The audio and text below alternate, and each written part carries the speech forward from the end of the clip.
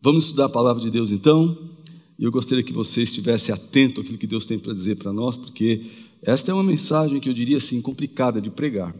A motivação dos 40 dias, que você está acompanhando, 40 dias de amor, a nossa motivação não foi envolver você pessoalmente, juntamente com a grande maioria dos nossos membros, num projeto de 40 dias, pelo projeto em si, pelo programa ou pela estatística de dizer, olha, temos 2.000 pessoas envolvidas, olha que coisa maravilhosa. Não.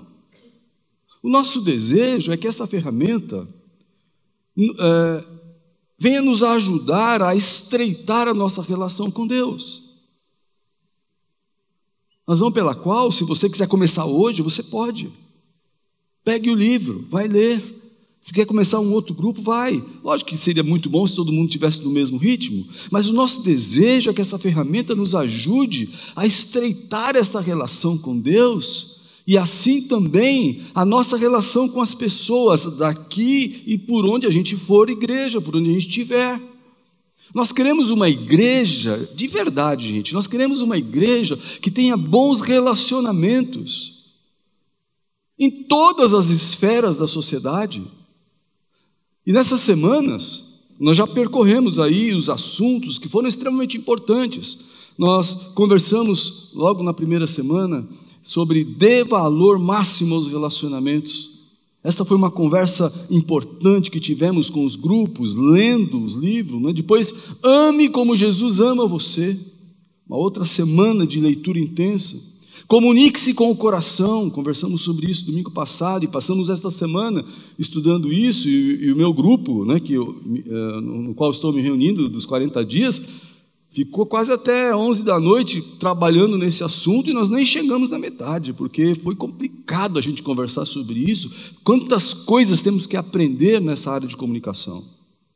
A verdade é que uma igreja que pretende seguir a Jesus, ela deve se esmerar nos seus relacionamentos, deve caprichar nisso, deve pensar, ser intencional nisso. A igreja que pretende servir a Jesus deve enfrentar assuntos difíceis, e esse de hoje, que introduz a 4ª semana, é muito difícil, porque o assunto desta semana que vamos entrar, que começamos a ler hoje, assim como julgar os outros, você será julgado. Assim como eu julgar, eu serei julgado.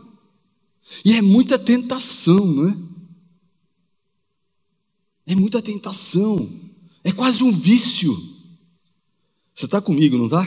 Porque a gente olha para a pessoa e já pela cara a gente já diz quem é. Ou não?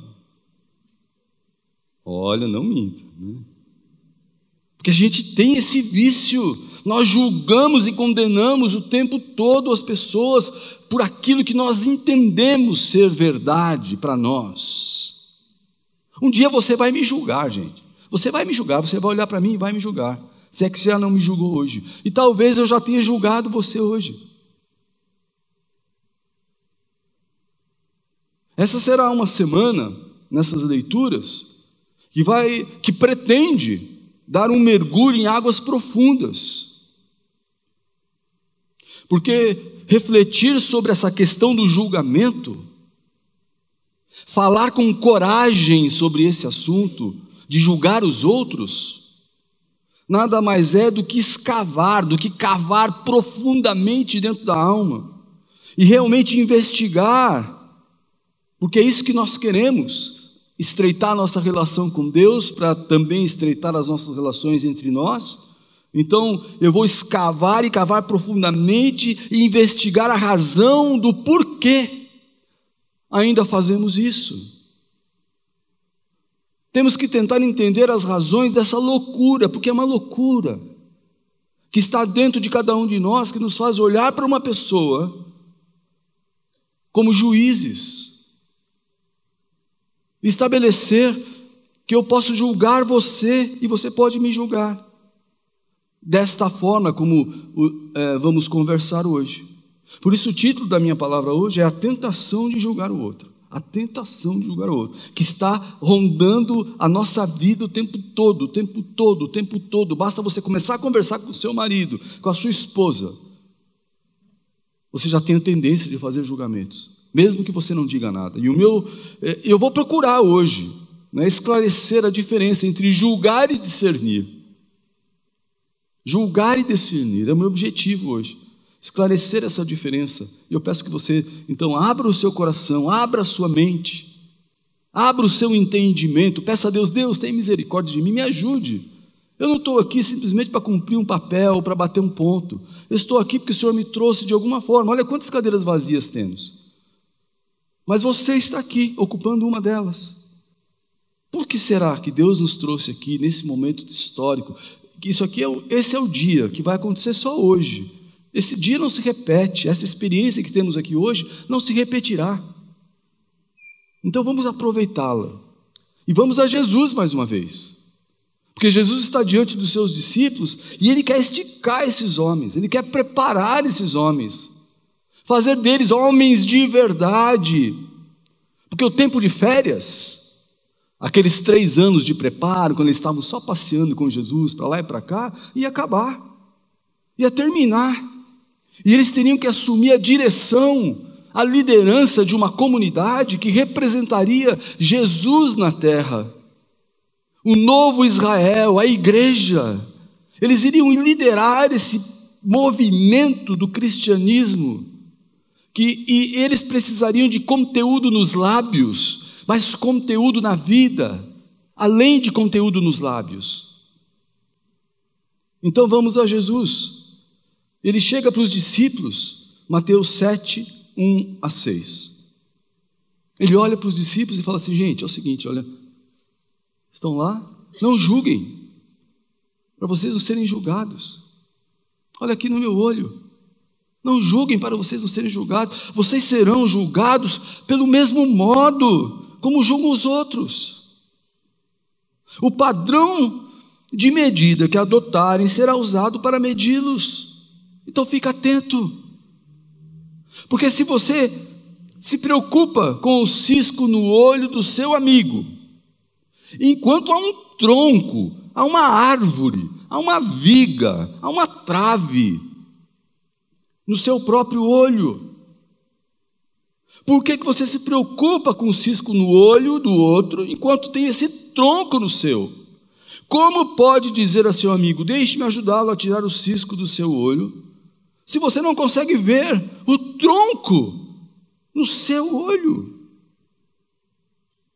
Hipócritas, ou hipócrita, primeiro livre-se do tronco em seu olho, então você verá o suficiente para tirar o cisco do olho do seu amigo.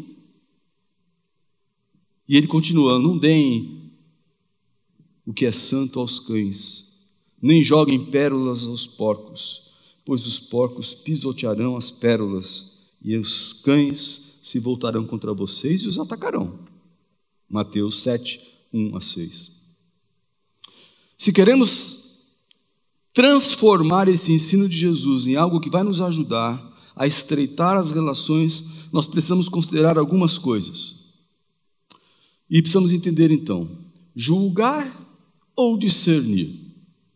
Julgar ou discernir? Não julguem. Vamos falar do julgar. Julgar. Não julguem apenas pela aparência, mas façam julgamentos justos. João 7, 24. Julgar é fazer juízo de pensamentos. Julgar é fazer juízo das motivações, das atitudes de outras pessoas, mas baseado nas impressões e nos sentimentos que você tem. Isso que é julgar. Você olha e você cria um julgamento baseado no seu padrão, no seu modo de ver, no seu modo de pensar. Julgar aqui é arbitrar, sentenciar alguém, pressupor alguma coisa, presumir, baseado em impressões e sentimentos. essa pessoa entrou aqui, me deu um arrepio, olha, sabe esse tipo de coisa? É impressionante como somos tentados a julgar e como é fácil fazer valor de juízo,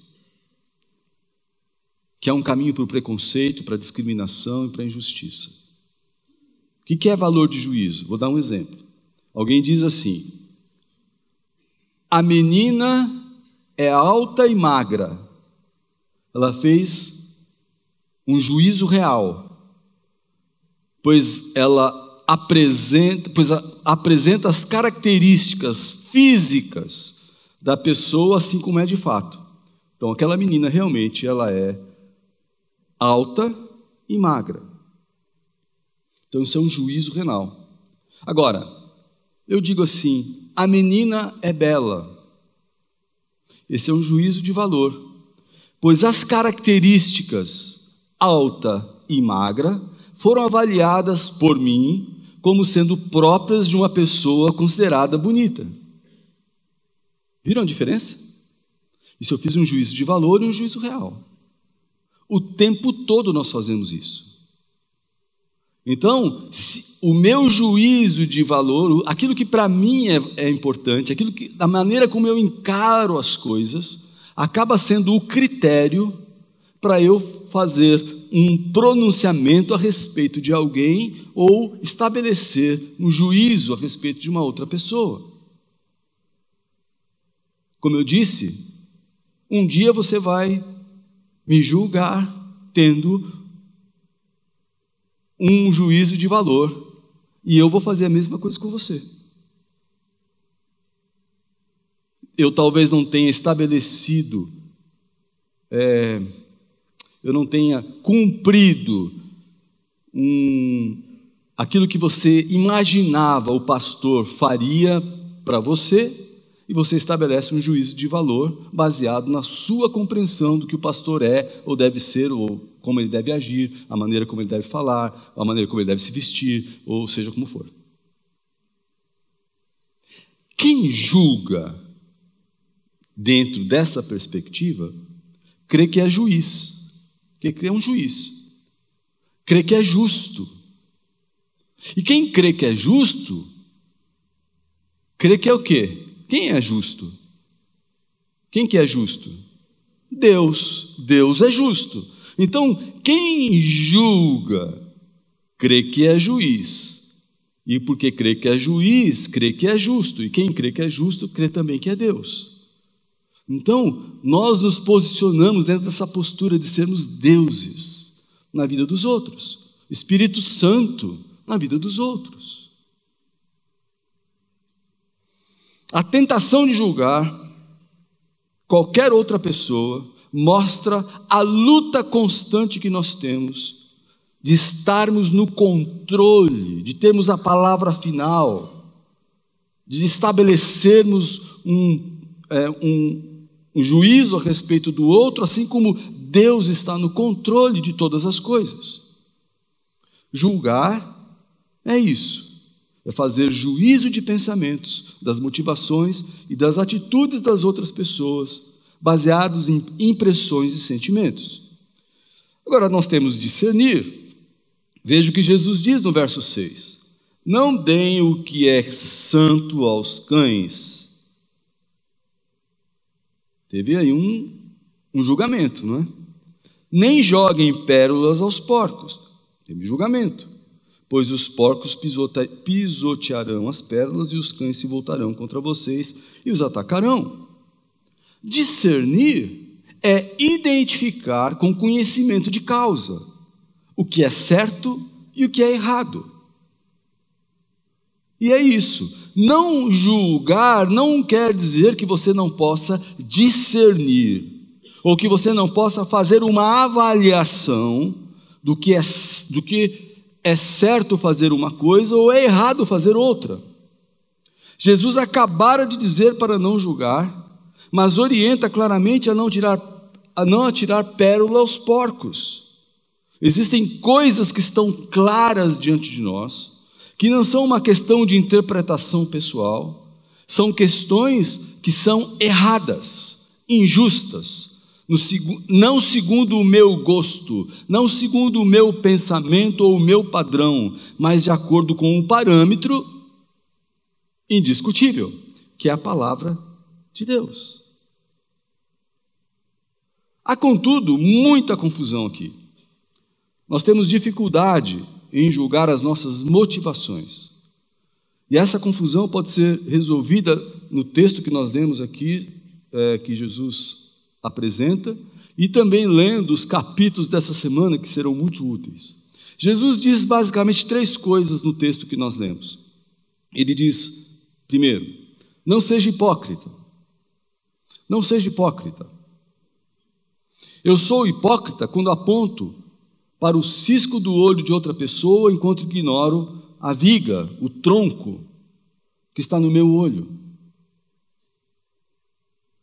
Se você já está aqui há algum tempo nessa igreja, se você já passou pelo processo de membresia, você deve lembrar ou saber que a nossa igreja, e se você não sabe, descubra isso hoje, né? Que a nossa igreja está fundamentada sobre 3 pilares bem definidos. Igreja é gente, eu não estou falando de organização, estou falando das pessoas. Nós queremos que esta igreja, que esse grupo de pessoas que aqui está, esteja firmado em 3 pilares bem definidos. Portanto, se é para as pessoas, são 3 pilares que fazem a gente olhar para dentro. Porque é gente. Para ser um pilar, eu preciso ser assim. Eu preciso ser assim. A igreja, que são as pessoas, precisam ser assim. O primeiro pilar é a igreja de gente que gosta de gente, a igreja 3G. Esse é um pilar que tem a ver com cuidado mútuo, com atenção mútua. Quando eu vou fazer todo o esforço para que você seja bem cuidado, para que eu possa dar toda a atenção para você. A igreja 3G não tem a ver com o outro, tem a ver comigo. O segundo pilar é a intencionalidade bíblica. Há uma intenção bíblica muito clara e inegociável para cada projeto, para cada programa, para cada culto, para cada ministério, para cada encontro, para cada palavra, para cada sermão. A gente pensa e tem uma intenção por trás bíblica para alcançar com as pessoas. As coisas não acontecem tudo aqui por acaso. Não, as coisas vão acontecendo porque nós estamos orando e pedindo direção de Deus para termos a intenção certa e para onde nós vamos levar a nossa igreja, desse patamar para este. Igreja, pessoas. E a terceiro pilar, no qual eu quero realmente gastar um pouco de tempo, um dia, quem sabe, a gente faz uma série baseada nos 3 pilares, né, que a gente tem, mas hoje eu queria gastar um pouquinho de tempo no terceiro pilar, que é PPP, proibido pessoas perfeitas. Isso é um pilar para nós. E eu citei os 2 primeiros para você ter essa ideia, mas eu queria realmente destacar esse PPP. Olha bem para mim, por favor, ou na tela, ou aqui. Até eu vou me olhar também. Tá? Quem acha que é perfeito, eu vou até falar baixinho. Quem acha que é perfeito, quem pensa que não erra, quem afirma que não precisa de ninguém, quem não reconhece erros, tem muita dificuldade na vida. Mas muita, muita dificuldade na vida. Por uma razão simples. Ou por 2 razões. Porque uma pessoa assim não é ensinável. Então, se você não erra, você vai aprender o quê?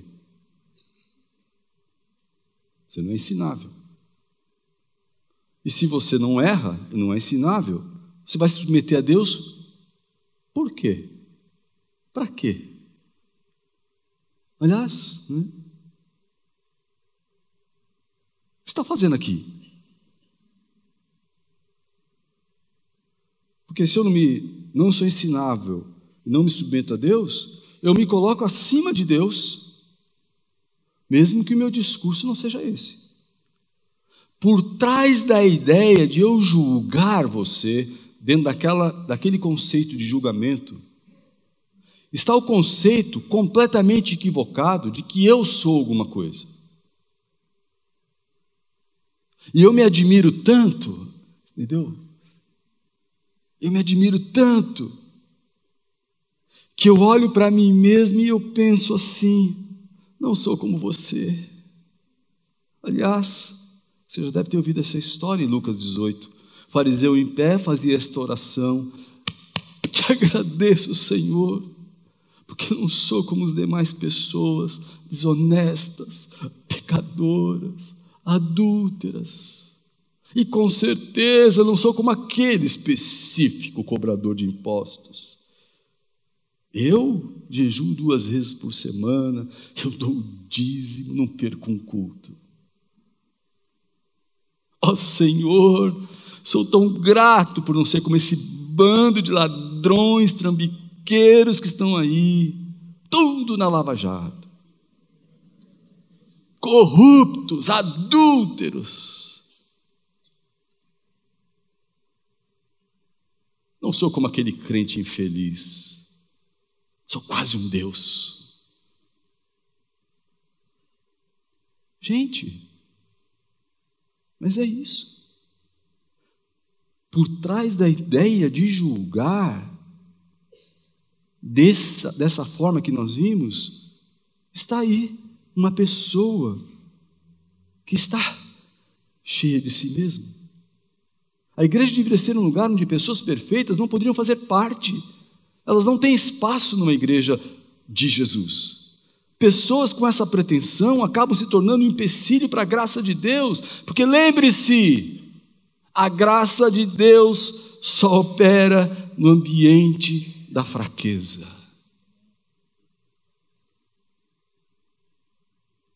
A minha graça te basta, e o meu poder se aperfeiçoa aonde? Na fraqueza, no reconhecimento de que você não pode, de que você não é nada, de que você não tem nada, que você não pode nada e que você depende de Deus. É aí que Deus então começa a ter liberdade de agir. Essa pretensa perfeição cega as pessoas e as leva por caminhos de insanidade, que leva essas pessoas a dizer e fazer coisas que são completamente reprováveis. Por outro lado, uma pessoa que sabe que é imperfeita, ela tem certeza absoluta que precisa de Deus. Uma pessoa que é imperfeita, ela sabe que precisa crescer. Uma pessoa perfeita não vai julgar os outros porque sabe que tem telhado de vidro. Gente imperfeita que entende a própria natureza, busca santidade porque quer amadurecer, quer crescer. Fora, gente, que não tem coisa mais chata e inconveniente do que viver com gente que acha que não erra e que está sempre certa.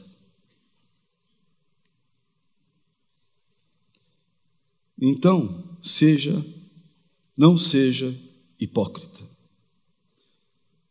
Segundo, seja íntegro. O não seja hipócrita fala assim: não sou hipócrita quando aponto para o cisco do olho de outra pessoa enquanto ignoro a viga que está no meu olho. Segundo é seja íntegro. Sou íntegro quando tiro o tronco do meu olho.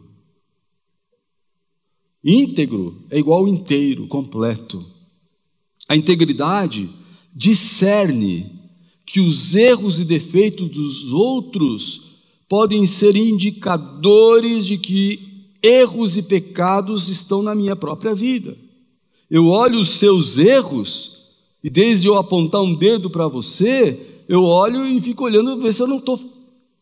Pode ser alguma coisa que Deus vai me mostrar para mostrar os meus erros. Coisas que me incomodam em você normalmente apontam para mim mesmo. Não gosto de ver os meus erros nos outros, então fique atento, porque o erro no seu marido, na sua esposa, no seu filho, no seu vizinho, no seu colega de trabalho, nos seus parentes, seja lá quem for, no seu cunhado, né? Cunhado. Problema, né? Pode ser um indicador de erros na sua vida. Integridade é falar a verdade sobre si mesmo. Por vezes somos bons atores, representando um personagem que nem sempre corresponde à verdade sobre quem somos. A gente vai vivendo, representando, e só Deus sabe que nós não somos assim. Integridade é reconhecer internamente as falhas e ser completamente transparente sobre elas. Existe alguma área que precisa de verdade em sua vida? Essa é uma pergunta muito importante que só você pode responder. Existe alguma área que você deve trabalhar? Existe alguma área que você deve ser verdadeiro? Reconheça internamente as suas falhas, seja completamente transparente sobre elas, com a intenção de confrontá-las com a palavra, não de exposição, mas de ver lá o que a palavra diz e faça as devidas mudanças. Integridade não é perfeição, é sinceridade, transparência, é desejo de acertar o alvo. Integridade é dizer não para o errado e sincronizar, olha bem isso, é sincronizar o oculto com aquilo que todos podem ver. Entenderam isso? Porque tem coisas que ninguém vê, que ninguém sabe, que a gente só faz sozinho. Quando a gente consegue sincronizar a nossa vida oculta com a nossa vida pública, a gente está vivendo em sinceridade. Não existe nada que ninguém saiba a meu respeito.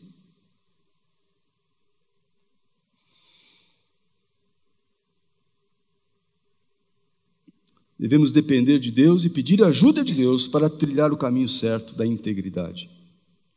Então eu sou íntegro quando eu tiro a tábua do meu olho. Terceiro, seja misericordioso. Seja misericordioso. Sou misericordioso quando ajudo a tirar o cisco do olho da outra pessoa. Mas eu devo ter... Eu fico habilitado para tirar o cisco do olho da outra pessoa quando eu sou íntegro.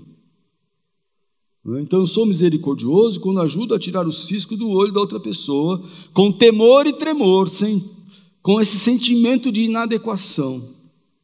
O que é misericórdia? Misericórdia é um sentimento de compaixão, despertado pela desgraça ou pela miséria alheia.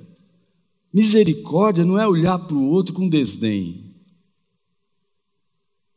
Quando aquele homem estava batendo no peito, dizendo, não sou como você, ele não estava tendo misericórdia, ele estava sendo juiz. A expressão misericórdia tem origem latina, você já sabe, é formada pela junção de miserere, acho que é assim que fala, e cordis. Miserere é ter compaixão, e cordis é coração.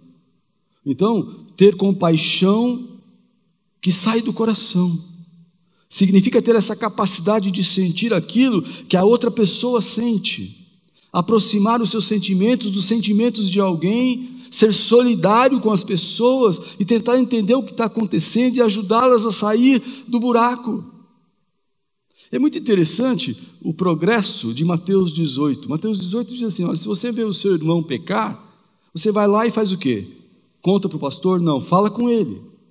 Ah, não, conta para o seu líder de GP? Não, fala com ele. É isso que a Bíblia fala. Depois, se ele acertar, o que diz Mateus? Ganhaste o teu irmão. Mas se ele não te ouvir, você leva uma testemunha para conversar com ele, com o mesmo objetivo, de ajudá-lo a se colocar no caminho, não de fazer exposição do pecado dele. E aí ele vai ouvir você ou não. Se ele ouvir, ganhaste o teu irmão. Se ele não te ouvir, leva o quê? A igreja. E aí ele é colocado dentro do contexto da igreja. E no nosso contexto, Igreja é o grupo pequeno, é o seu ministério, né? É o lugar onde você presta contas. Se ele ouvir, ganhaste o teu irmão. Se não ouvir, trata-o como um publicano. Como é que nós tratamos publicanos? Como é que nós tratamos pessoas que não conhecem a Cristo? Nós fazemos projetos evangelísticos com muito amor e carinho para ganhá-los. Então, o que o ensino é? Quanto mais longe a pessoa vai ficando de Deus, mais amor a gente tem que colocar nessa tentativa de trazê-la de volta. Esta é a ideia, usando sempre de graça e misericórdia. Jesus olhou para a mulher adúltera e com misericórdia a perdoou e devolveu-lhe dignidade. Falou: cadê os que te condenaram? Foi todo mundo embora. Eu também não condeno você, apenas não peques mais. Uma vez eu estava indo para Curitiba junto com a minha esposa e com as minhas filhas pequenas. Eu tinha um Corcel 2, imagina, né? O bicho era danado, era 4 marchas, né? Aí eu meti era uma curva grande, a Curitiba, isso aí há 25 anos atrás, né? A estrada não era duplicada, tinha umas curvas, né, grandes, e tinha uma curva grande assim, e eu vi aquela curva inteira assim, né? E aqui faixa dupla, sabe? Faixa dupla, e um caminhão na minha frente. E ia levar uma meia hora para subir aquela rampa toda. Eu pensei com meus botões, olhei a faixa, olhei para lá, para cima, vi tudo aquele caminho, não vi nem um carro, né? Respirei fundo no meu Corcel 2, meti uma segunda, né? Falei: vou ultrapassar esse caminhão. Aí, quando eu estava botando assim a cara, o motorista estava metade do corpo para fora, assim, fez assim para mim: vem que dá. Aí eu tomei coragem, fui gemendo, e foi o bichinho, né? Passei, dei a buzinada, ele fez assim para mim e ficou olhando, né? E eu olhando para frente. Quando eu olho, o polícia rodoviário já fazendo assim,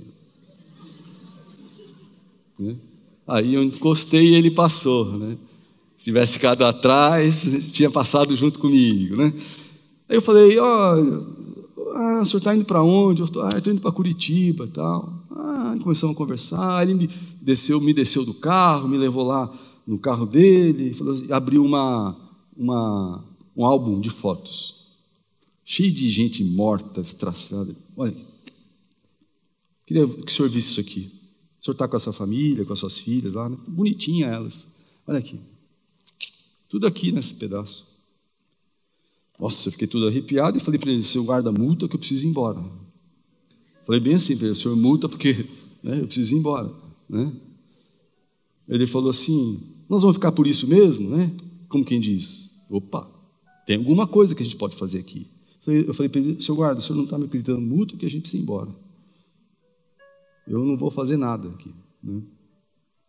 Eu falei assim: e o que o senhor vai fazer em Curitiba? Eu falei assim: eu estou indo visitar o meu sogro, que é pastor, eu também sou pastor, aliás, eu vou pregar lá na igreja dele. O senhor é pastor? Da onde? Da Igreja Batista? Eu vou na Igreja Batista também. Eu não sou da Igreja Batista, mas de vez em quando eu vou lá, né? Então espera um pouquinho aí. Aí ele foi lá dentro, ficou lá conversando com, né? Veio, aí voltou com os documentos e falou assim: então, pastor, o senhor fez tudo errado, né? Eu falei: fiz. Então eu vou dizer uma coisa para o senhor: está aqui os seus documentos, vá e não peques mais.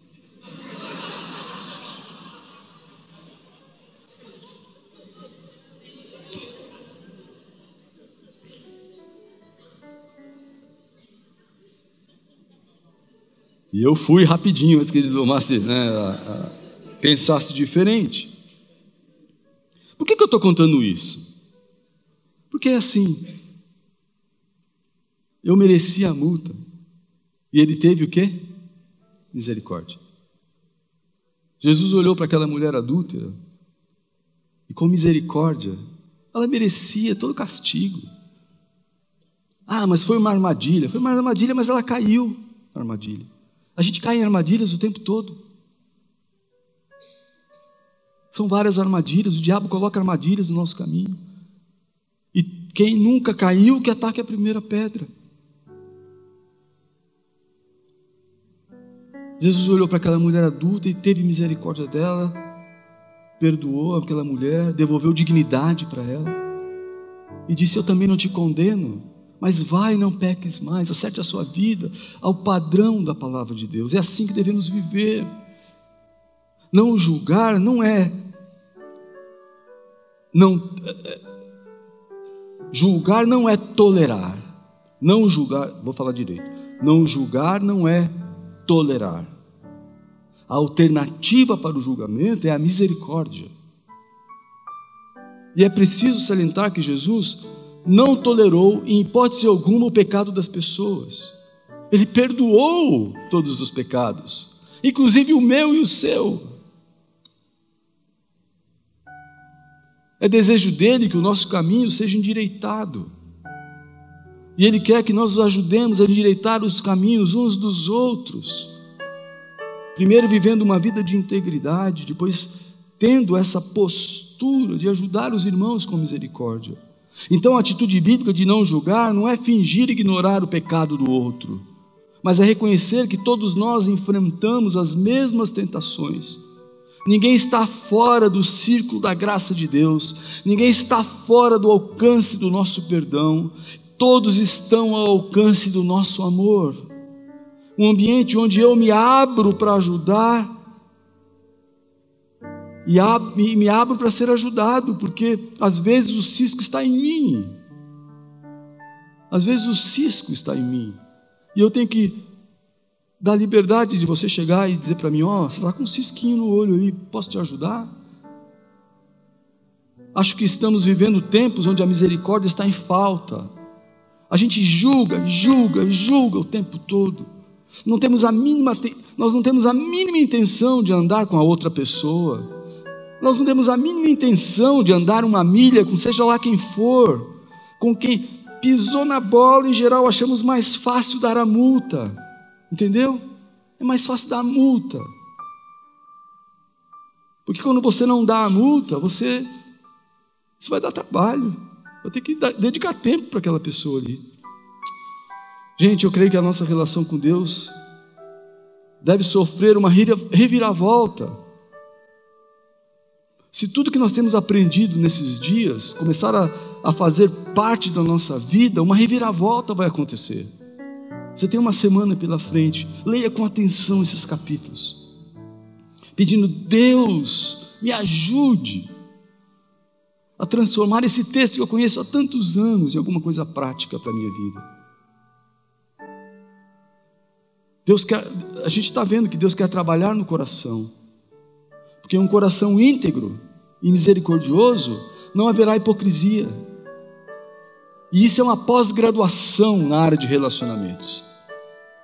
Se você conseguir viver fora da hipocrisia, isso vai salvar o seu casamento, vai salvar a sua amizade com aquela pessoa querida, vai salvar as suas relações familiares, pode salvar o seu emprego. E a pergunta é: há algo a ser feito? Você poderia colocar um fim nesse vício de julgar as pessoas pelas aparências? Fazer juízo de valor dos outros, baseado nos seus pensamentos e opiniões?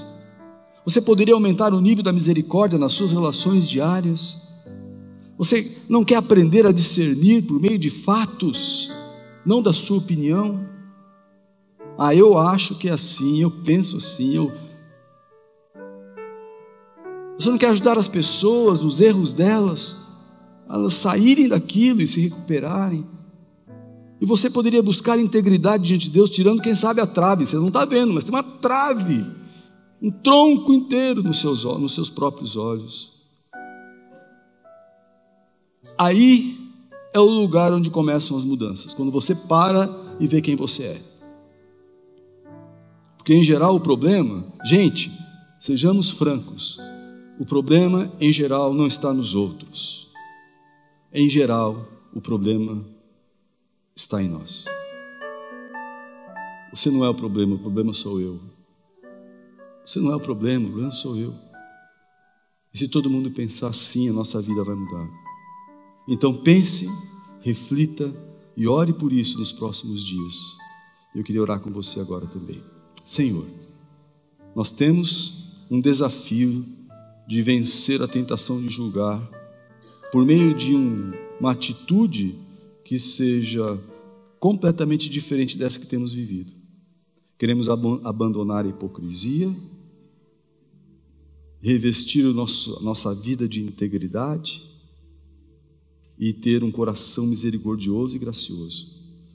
Nos ajude como igreja, em nome de Jesus. Amém.